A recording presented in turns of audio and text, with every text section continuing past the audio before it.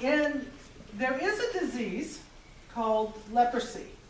And we've talked about it before. We've mentioned it in previous Sunday lessons. Today we can cure some kinds of leprosy with antibiotics.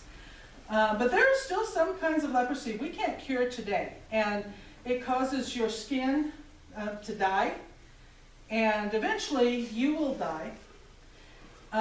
God told Moses 1,500 years before Jesus,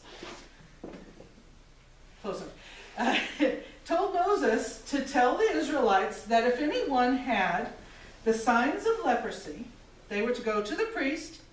The priest, in following what Moses wrote, would know what leprosy looked like, and then that person couldn't live with anybody else. They had to live outside the city from then on until either they died or the leprosy cleared up, which sometimes it evidently did.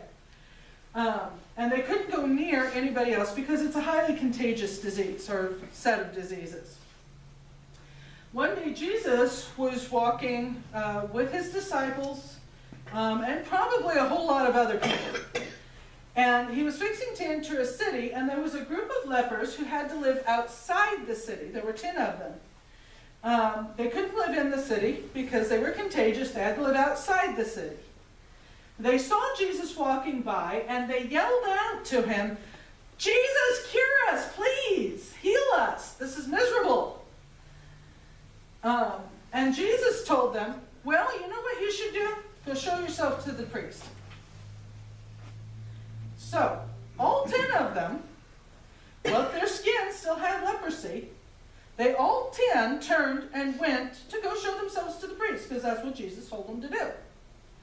While they were on the way, their leprosy left. It just disappeared. Wasn't there anymore. 9 of them continued doing what Jesus said and went on to the priest. So the priest could look at them and see that they were fine, they were healed, and then they could move back in town and they could live normal lives again and be with their families. One of them, though, turned around when he realized he was healed, and he went back to Jesus and he fell down at his feet and he worshiped Jesus. And Jesus said, "Where are the other 9 I healed? I know I healed 10. There's only one here. Where's the other 9? That man was a Samaritan, which was a neighbor of Israel, and they hated each other.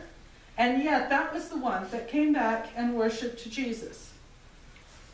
Jesus told the man, "Because of your faith, because you're the one who came back, you have been completely healed." Not just his skin, but he was made whole inside too. Some of the newer translations use the word, "You have salvation now." So only the one got salvation because he was so thankful to Jesus for Jesus healing him that he gave credit where it was due, and he worshiped Jesus. He chose to worship God. And he got salvation. And this is the same God we worship. Our God can cure diseases. And if we choose to worship him, we get salvation too. Let's sing our song. Wait, why is there a castle sticking out? Because the flannel's too long. So we'll hide it there. You're right, that was distracting. Okay. Beloved, let us love one another.